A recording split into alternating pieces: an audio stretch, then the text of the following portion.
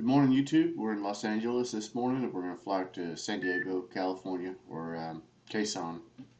Um, it's about 95, 96 miles. Yeah, about 95 miles, 94.6 miles from here. So I decided to go ahead and this is twice the distance that we flew yesterday in the Cessna, so I decided to go ahead and use the Cirrus Vision SF50 to help expedite the flight and get us there quicker.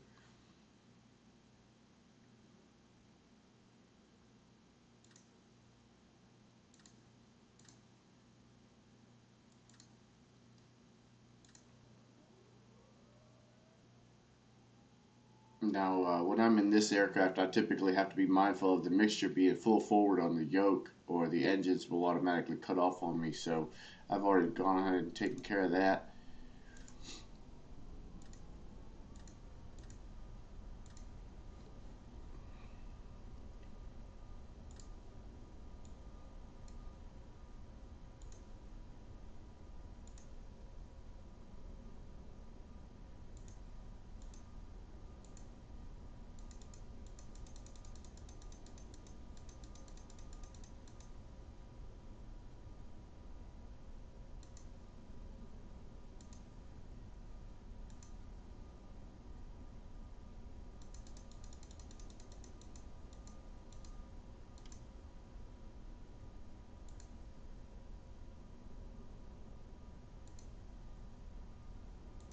I'm anticipating or hoping for runway 9, which, because I want it, because I'd like for that to be the runway that I can land at, I probably won't get it. Let me make this a little bigger. I can barely see it. There's 09 right there on the top. I couldn't tell if that was 89 or 9. I mean, there could be, well, I don't think there is that as an option. It's just 9 and 27. Oh, and my only option there is to do vectors. Well, I can wing it. Usually I fly to an initial airfix. You know what, let me back up on that. Let's just do 27. That's probably what ATIS is going to tell us anyways. I guess I'll have to put it in there and then change it.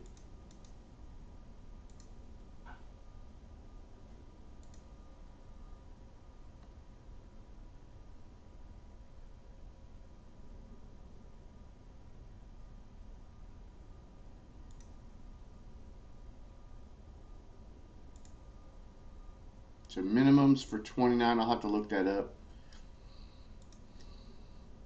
Let's do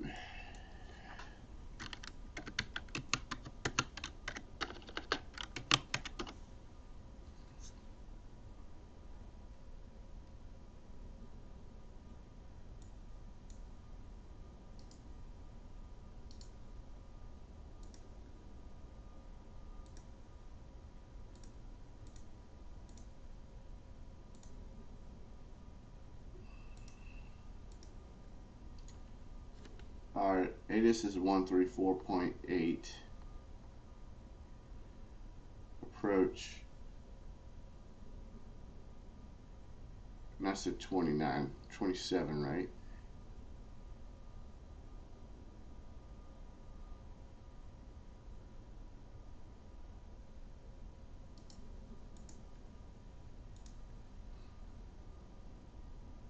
So the minimums will be 617.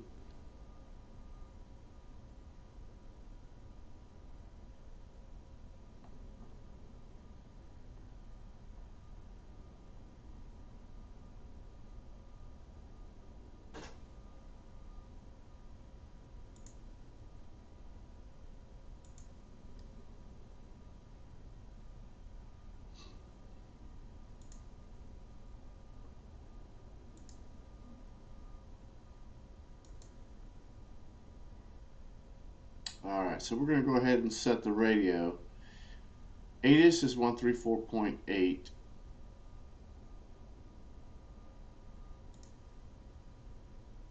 That is what it was, wasn't it?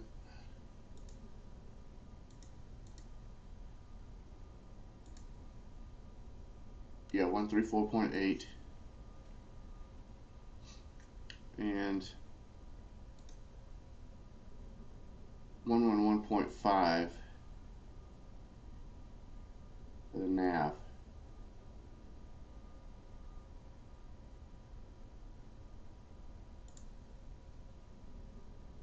Alright, altitude, probably at least 5,000 feet.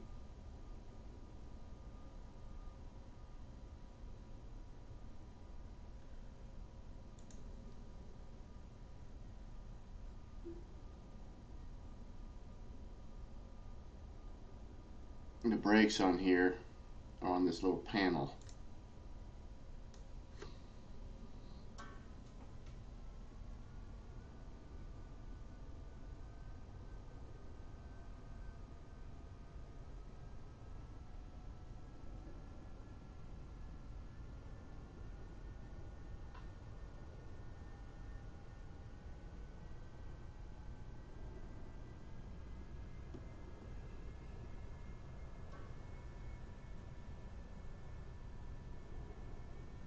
Big hill.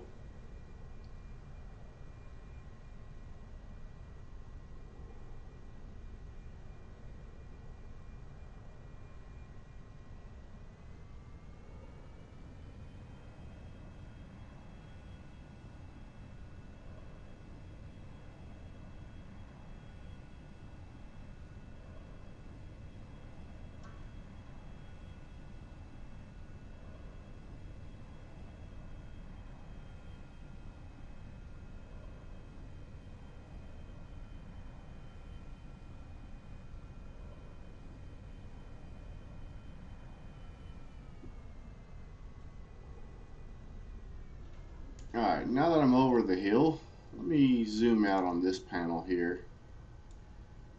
Just see where I am in relative to the runway. Alright.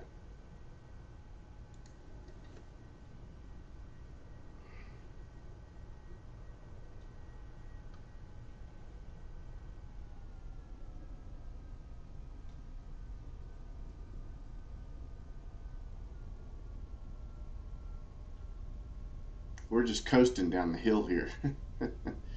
No power. And it's rolling.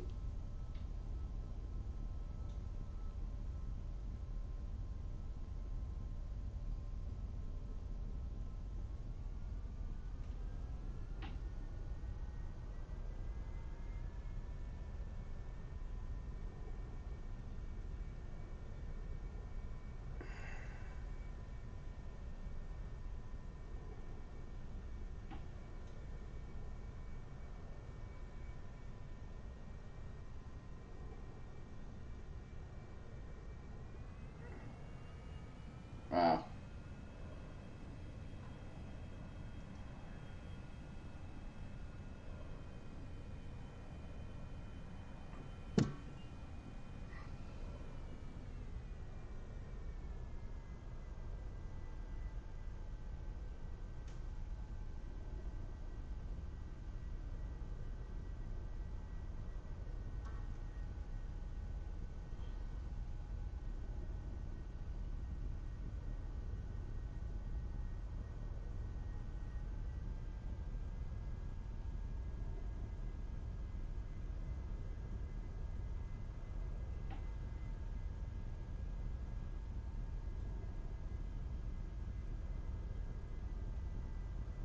It's going to take me an hour just to taxi to the runway.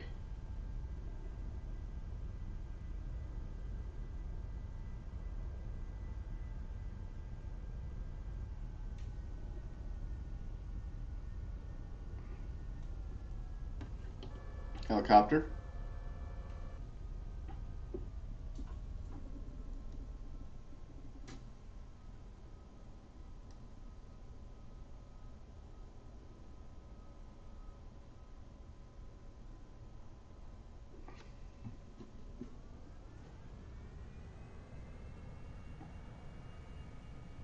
Because he looks like he's heading to the runway, I'm going to try to beat him to the punch.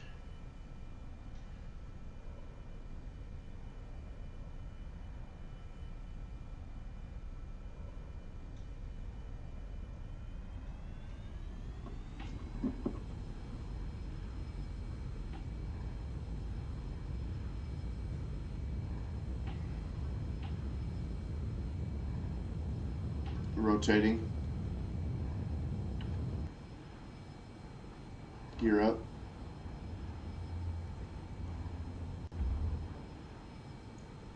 Flaps up.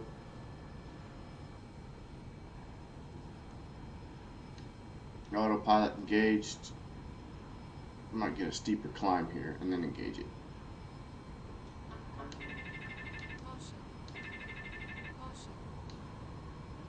Alright, we'll do vertical speed climb.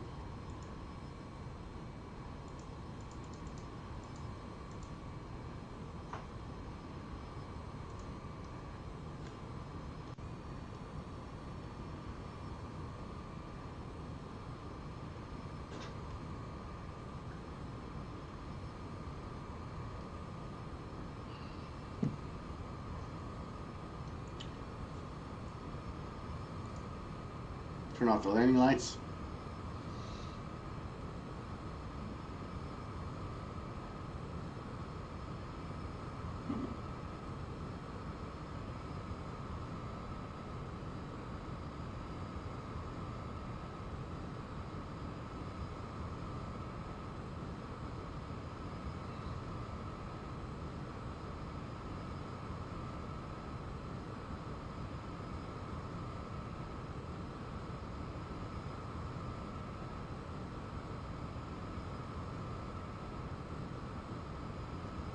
Let's go ahead and climb to 6,000 feet.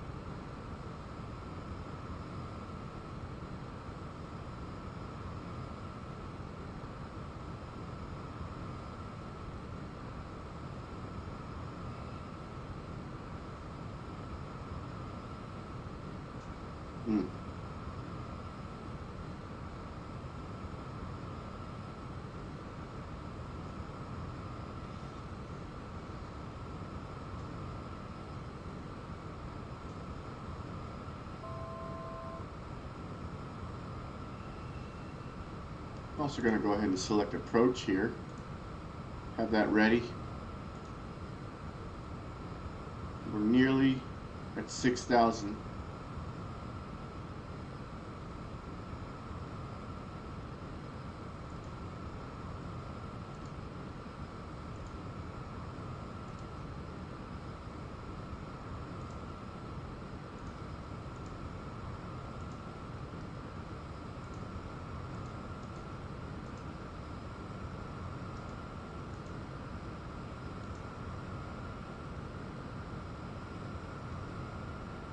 Estimated time 21 minutes.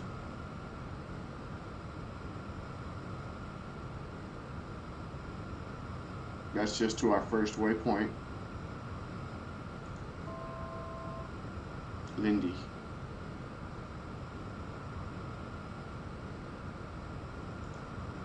Alright, we're at 6,000. Oh, we're exceeding 6,000 for some reason here. Probably because of overspeed. So let me back down on the throttle.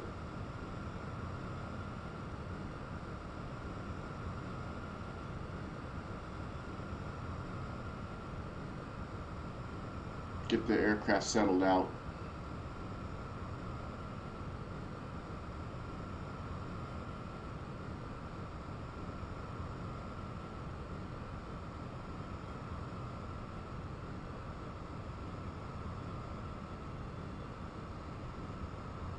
I'll set it to 70 and 1. And 1 is here. And we'll just watch the speed. I'd like to maintain a speed of about 220, so I'm going to 80 and 1.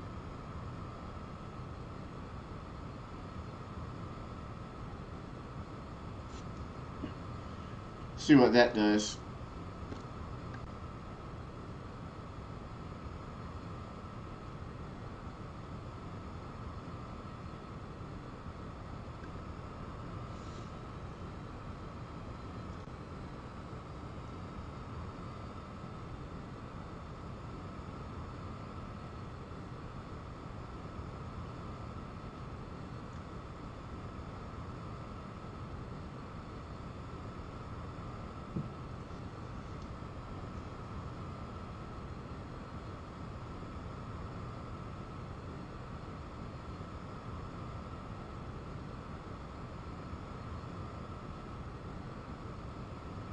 So it looks like we're settling around 225.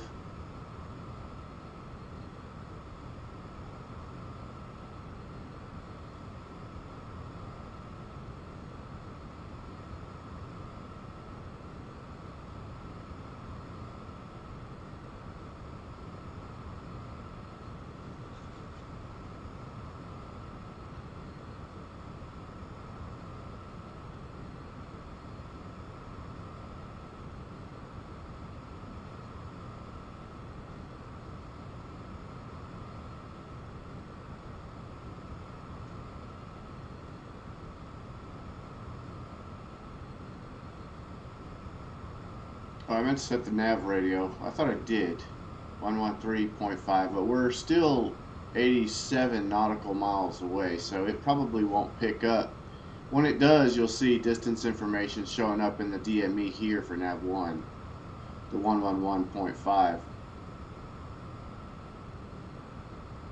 Is it 111? Yeah, 111.5 for the nav radio.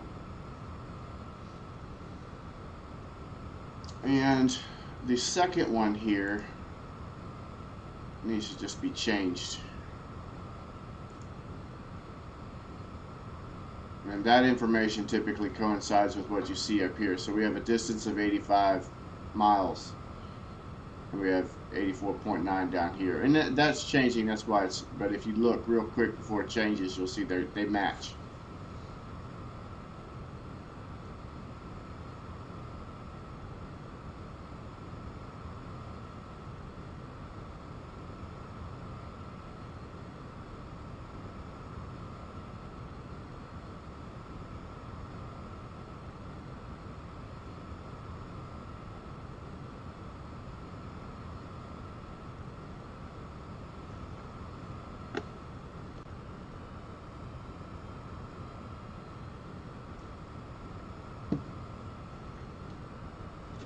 I suppose I could have made 2 hops out of this, but I figured I'd just use the Cirrus Vision SF50 for a change and the G1000.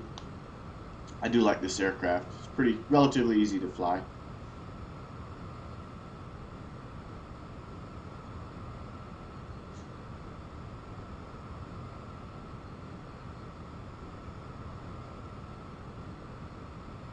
Winds, we have 13 knot winds. It's a bit of a tailwind with a little cross, but not much.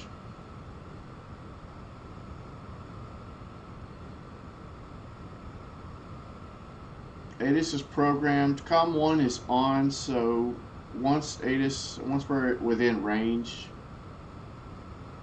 but I can almost guarantee it's going to tell us runway 27. It almost always says 27 for San Diego Airport.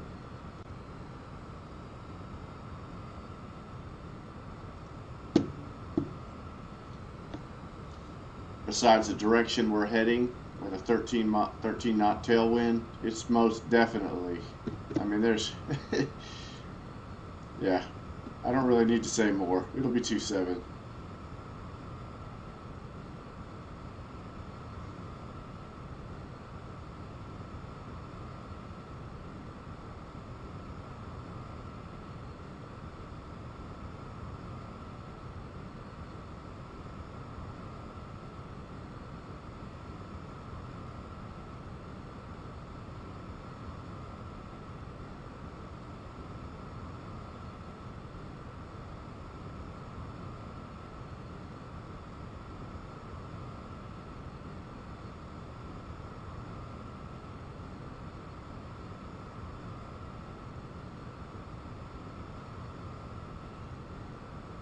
Yeah, it seems like this aircraft, it sits further back, so I have to lean forward a little bit because of track IR, so it doesn't, so you don't see the seat, you know. If I sit naturally, that's about where we are, and then the seat just blocks it. I guess I could zoom in.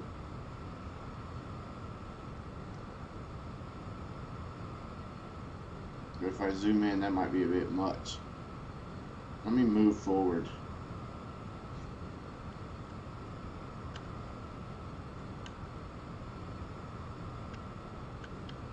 So the move forward buttons don't work while you have track IR on either. And move forward and back. You can't move left, right, back, forward, any of that. No worries. I can lean forward.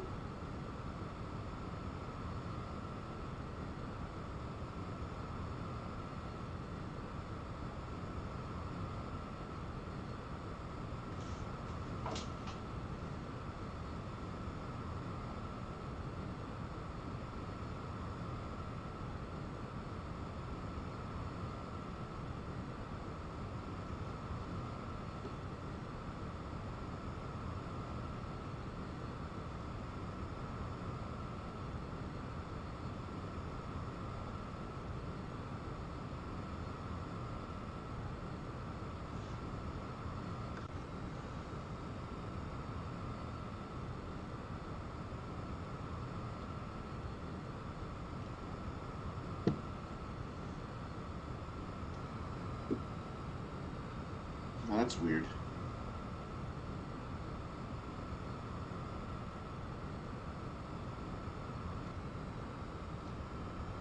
Alright.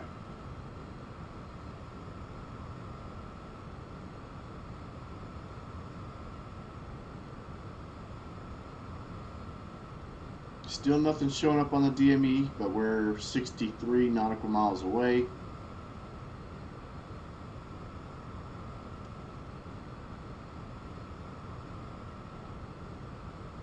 Altitude showing 5,000 here. I'm going to descend to 5,000.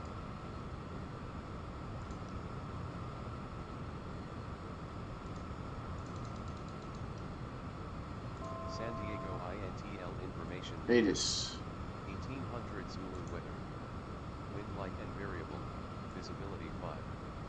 Sky conditions 600 overcast. Temperature 13. Dew point 8. Runway 27. Altimeter 3006. I set altimeter to 3006. Departing runway 27. Advise on initial contact. You have Lima. Alright, I think we're good to go with that.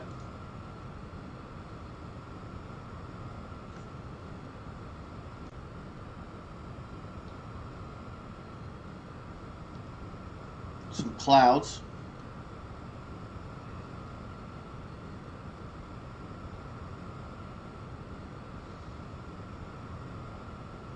That's okay. We've got everything for an instrument landing put in place, so no matter how overcast or cloudy it gets, it should not be an issue.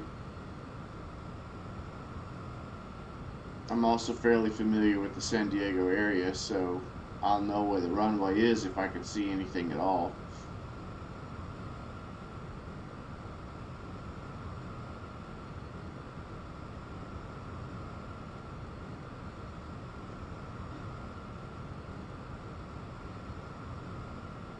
And Lindy, if I'm not mistaken, it actually takes us out to a little hill.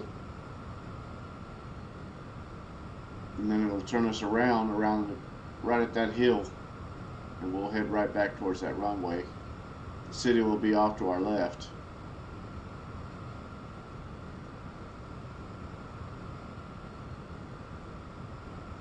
North Island will be off to the left.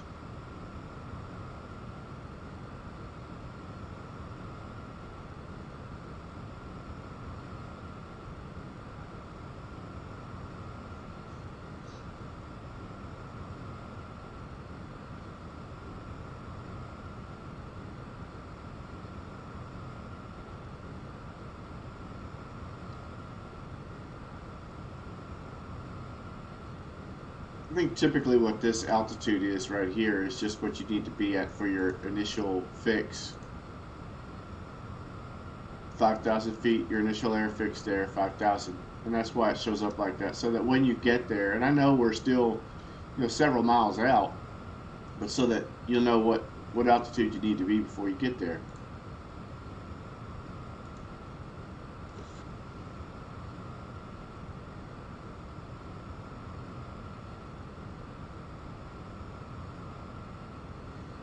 Look at that again.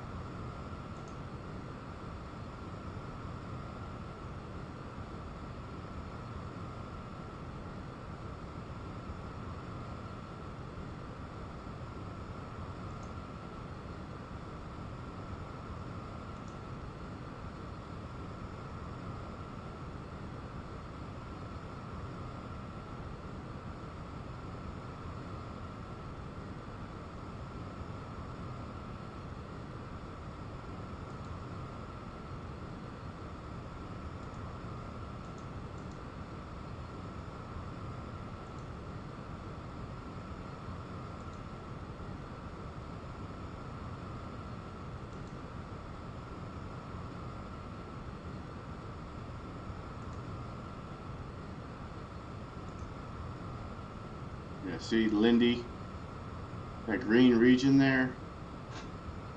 That's a little hill. It's a couple hills.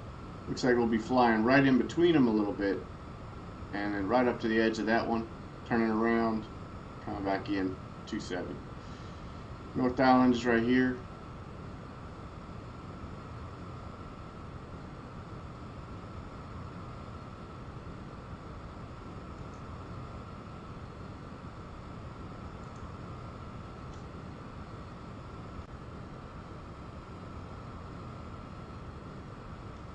A lot of clouds.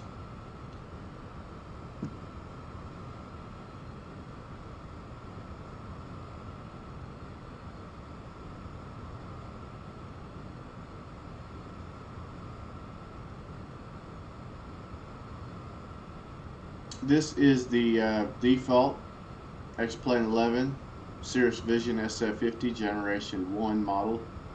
I do have the Generation 2 that I found online and downloaded, and it changed some things, some parameters in the ACF file pertaining to the aircraft, and like its fuel capacity, and these are changed a little bit.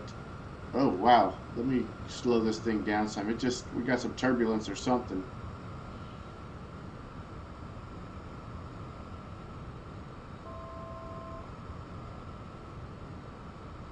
We'll do 75 N1.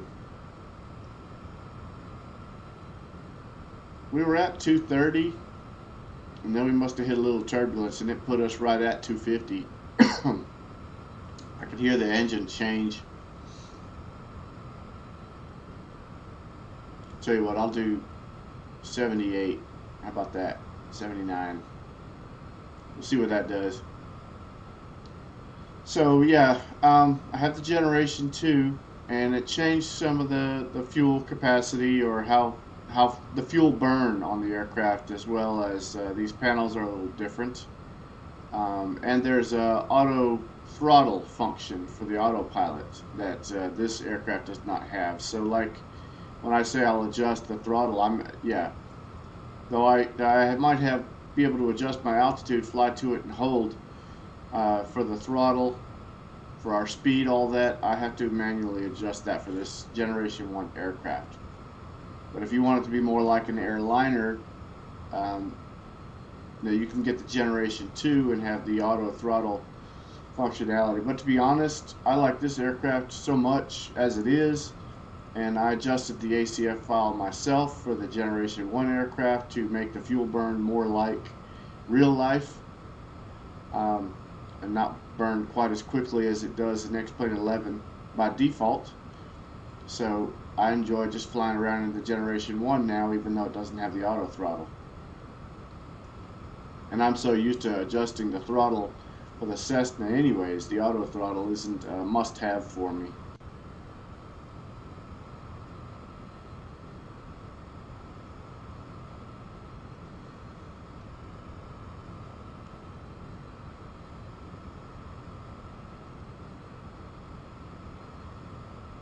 But one thing about doing descents, there's two ways of going about it. You can set your altitude, and then you can do flight level change, and then you can back down the throttle a little bit. And that little adjustment in the throttle will be how fast you actually descend. And then once you reach your desired altitude, you can move your throttle back up to whatever position you want it at, and get your speed back. The other method is to use your vertical speed here, nose up or nose down, based on how much you want to climb or descend.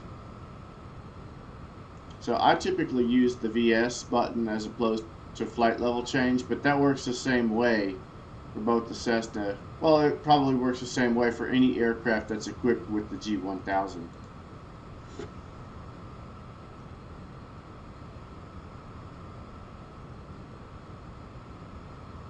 Alright, and we did pick up the NAV1 radio for San Diego, for SAN, S-A-N.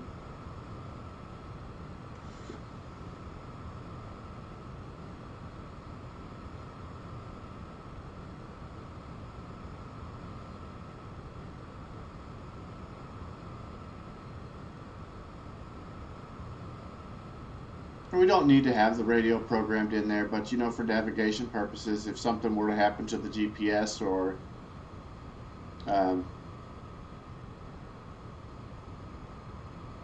you know, although with the G1000 it's all programmed into the same device, you know, so your nav radio and your flight plan and all that, it's all in the same device. But I think the idea there is to have multiple ways of actually getting to your destination without getting lost or misplaced in the air, and particularly if you're worrying about your fuel and you're limiting your fuel capacity based on you know, you've got just enough fuel to get you from where you're departing from and where you're arriving at. I typically go with whatever the default fuel that X-Plane gives me, unless I'm doing a really long flight, and then I'll bump it up. So when we started for fuel, we only had just a little bit more than we have now, and I knew that would be enough to get us there. Now, if we were in the default X-Plane 11 Generation 1 without the adjusted ACF file, our fuel burn, we probably would have burned, you know, most of it by now, at least up to here, up to that first line. We would have already burned it. It just guzzles the fuel. Now, I'm seeing some mountains here. I think we're all right. We'll fly above them, but they do concern me, their height, so I would like to look at this display here. There's nothing in red and there's nothing in yellow, so we're good, but I'm probably seeing these. The one at Lindy.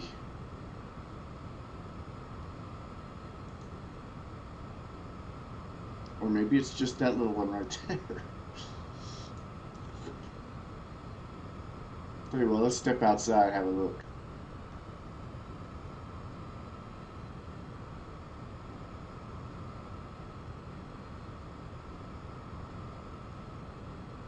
Well, it's nice to know though that we're coming out of the clouds. You know, we'll be able to get more scenery here.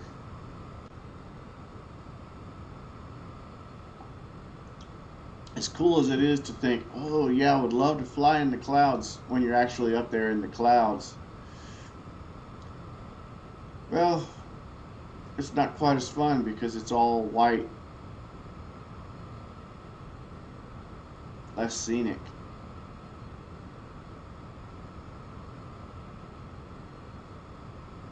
It's kind of interesting to pass through them.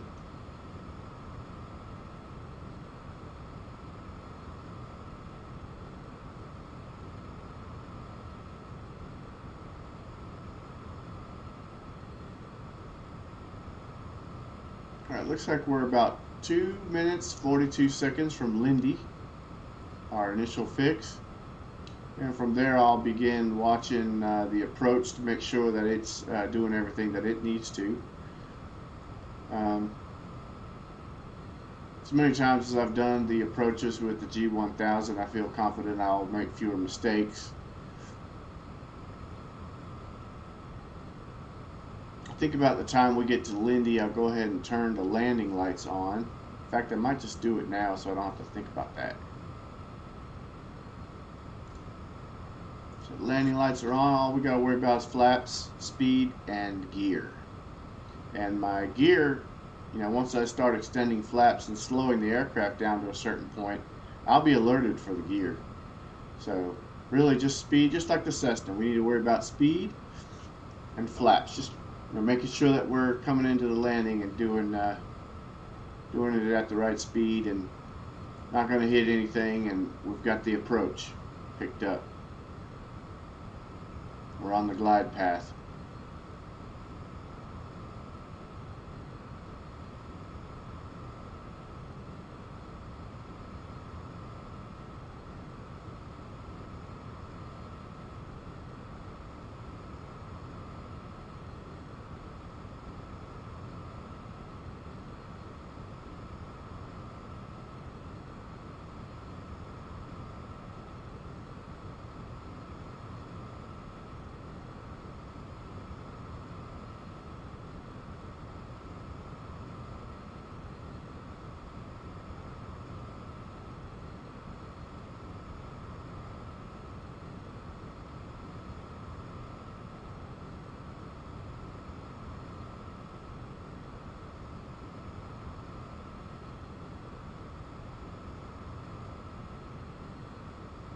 I'll probably go ahead and slow the throttle down here. I'm going to set it to about 70 and 1 just to start giving it. We're going to go left to turn right. That's interesting. Anyways, I was just going to lower the throttle to 70 on N1 to let it start slowing itself down a little bit. We do have our indicator for our glide path here. That showed up. But we don't have the little magenta bar yet. Now it wants us at 4,000, so I'm going to go ahead and set that to 4,000 and change the vertical speed.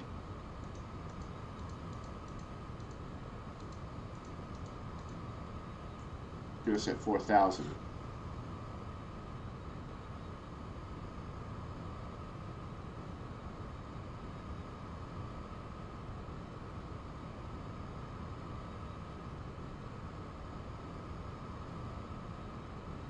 Now what concerns me is we're flying to nowhere and it's not turning back towards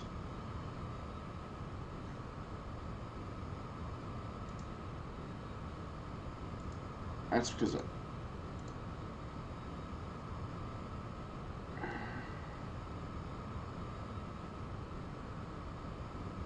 alright, I'm going to disengage the autopilot here and manually fly it for a second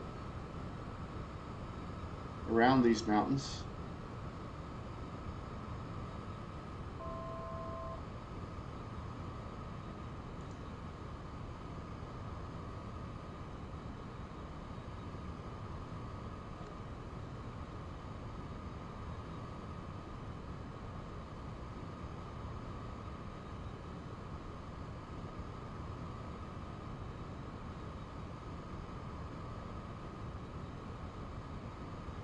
I guess that's what you get for being overly confident.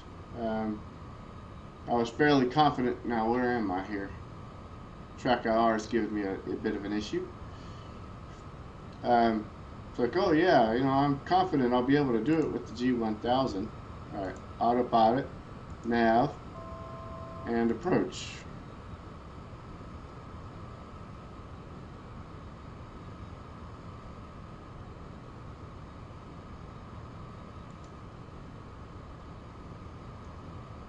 Now let's see if it gets us, or if it's going to take us back around. Let me fly over there to the fix.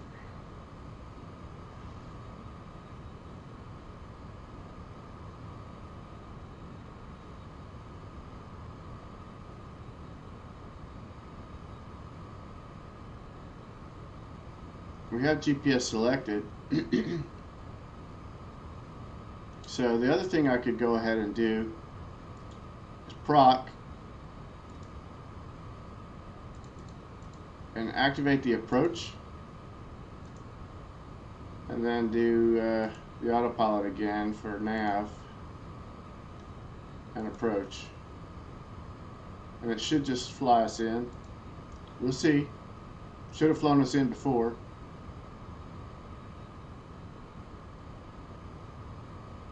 There's that little mountain I was talking about,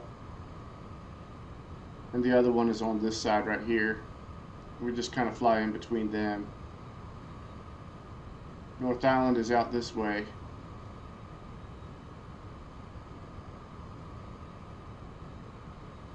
So we're going to fly out here a little bit and then head out that way.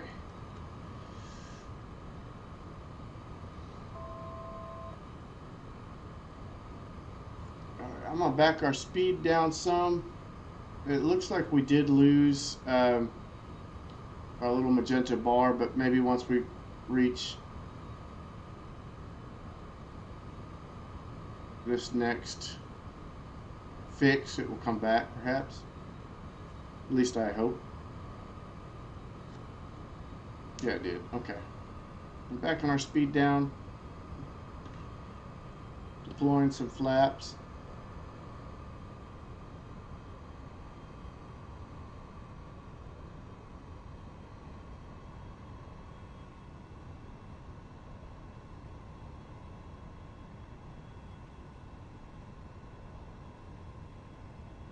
I'll be watching to see when we're on the glide path, but for now I'm just going to leave it at about 65, 70 N1.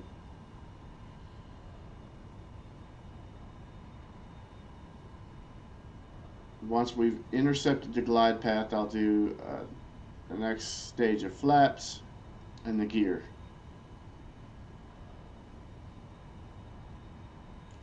Some more clouds. Alright, we need to be at 3,600 feet, 2,700 feet.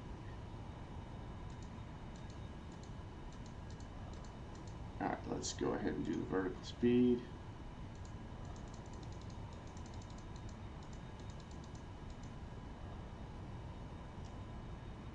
Get there faster.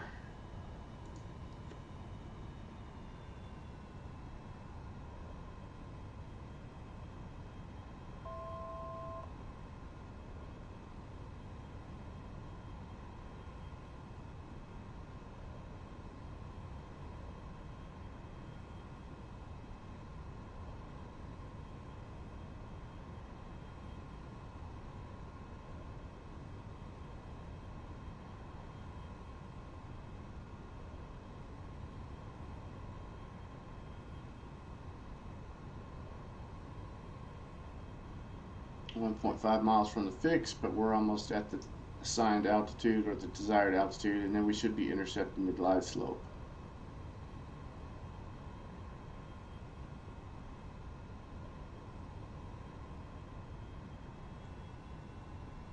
Setting it back to 60, at least 65 N1, maybe 70 N1.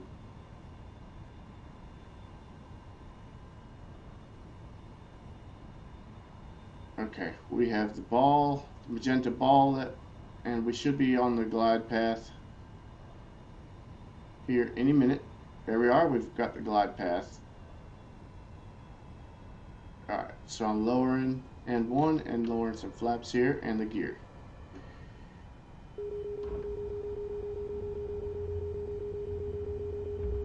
And I'll be trying to maintain a speed of about 75 knots.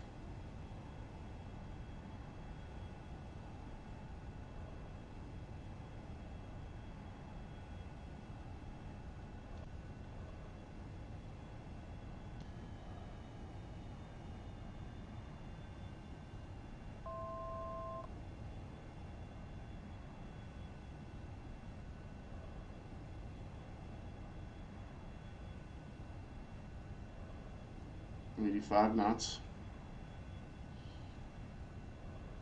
I'm not adjusting the throttle until it kind of settles down some. Almost 82 knots.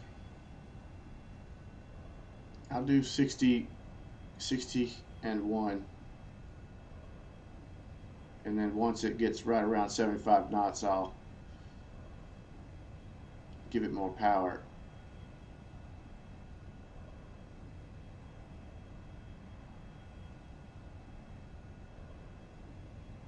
Alright, I've got it at 62 and 1, and I'm about to go to, nope, 62 seems good.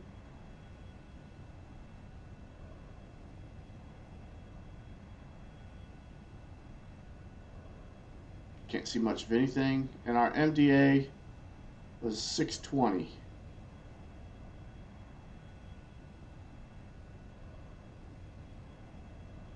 Of course, it should announce minimums for us when we hit 620. A lot of clouds.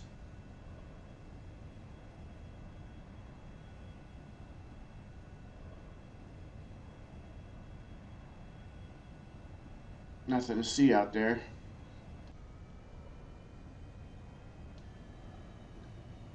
But we've got a good descent rate. There's nothing in our path. We're on the glide path. We can be right over this runway and see it at the last minute and land. 1,500 feet, hopefully coming out of the clouds here in a minute. Got my hands on the yoke, ready to disengage the autopilot at 620, but I will wait until I see the runway.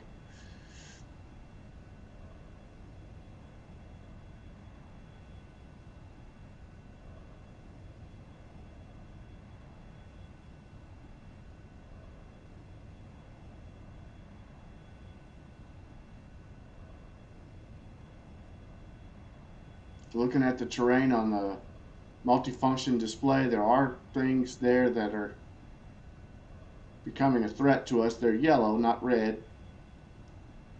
So we are low, obviously, but we're lined up. We're on the glide path. We just need to wait to see that runway.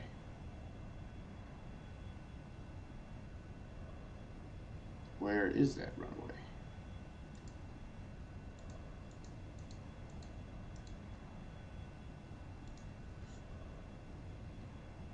$900 feet.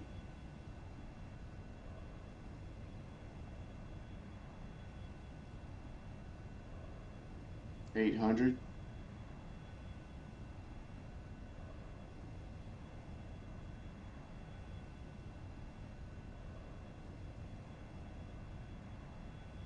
$700. There it is. 500. Well, we knew we were lined up, didn't we?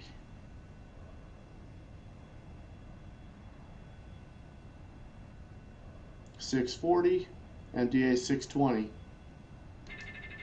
Caution. I disengaged the autopilot.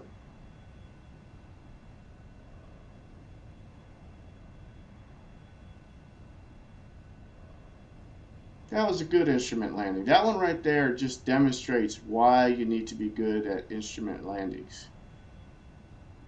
Because imagine trying to find the runway. You know, you're so low in altitude, flying around, the potential to hit city buildings or hit mountains, you know. There's so much potential for error there trying to fly in at a lower altitude when you can't see. But if you got your ILS landing or your GPS landing set up and executed properly, it almost doesn't matter what the weather is as far as, you know, visibility is concerned anyways, and you can still land. I'm just trying to make minor adjustments, and then also track IR confuses me.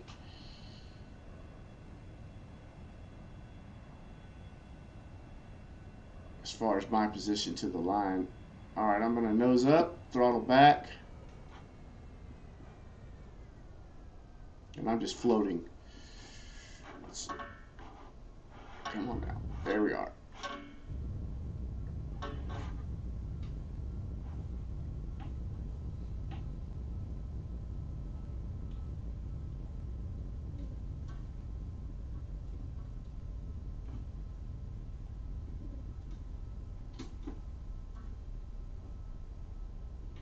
Flaps up.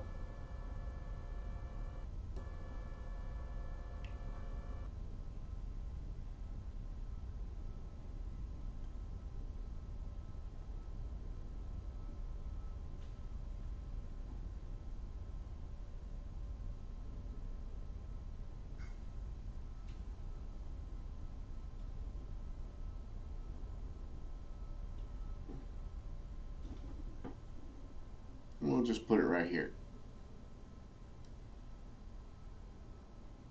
Let's see the brakes.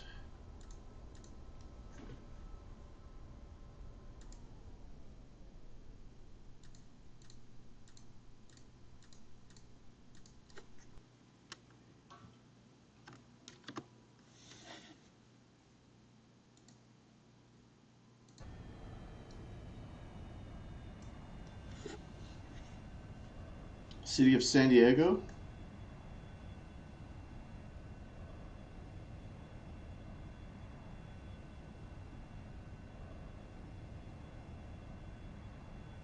From here to Tijuana.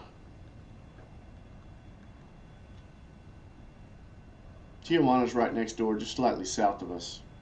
MMTJ is the airport name.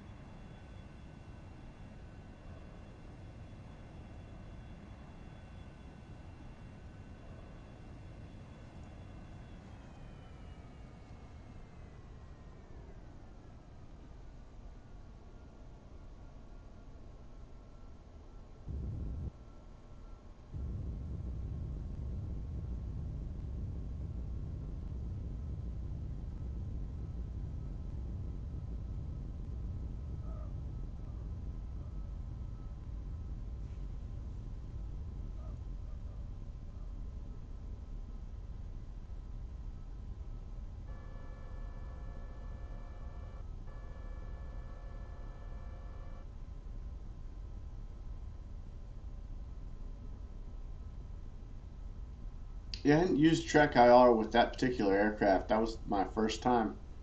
So that was a little interesting. I'll have to try to adjust it or something and get it better situated. Wings barely made it over those bars there. All right.